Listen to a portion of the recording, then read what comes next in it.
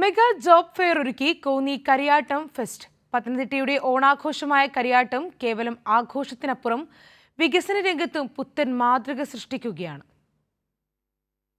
മലയോര ഗ്രാമത്തിന്റെ വിനോദസഞ്ചാര മേഖലയുടെ വികസനം ലക്ഷ്യമാക്കിയാണ് കരിയാട്ടത്തിന്റെ തേരോട്ടം തുടരുന്നത്.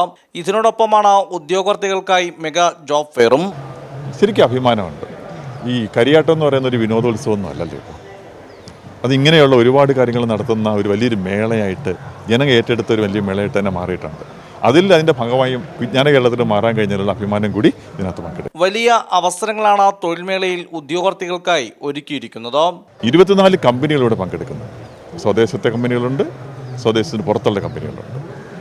ഉദ്യോഗാർത്ഥികളായിട്ട് +2 യോഗ്യത മുതൽ മുകളിലോട്ടുള്ള പ്രൊഫഷണൽ യോഗ്യതയുള്ള കുട്ടികൾ വരെ ഇന്നത്തെ മേളയിൽ പങ്കെടുക്കുന്നു. തിങ്കളാഴ്ച നടന്ന ജോബ് ഫെസ്റ്റിൽ പങ്കെടുത്ത നിരവധി യുവതീ യുവാക്കൾക്ക് നിയമനവും ലഭിച്ചു.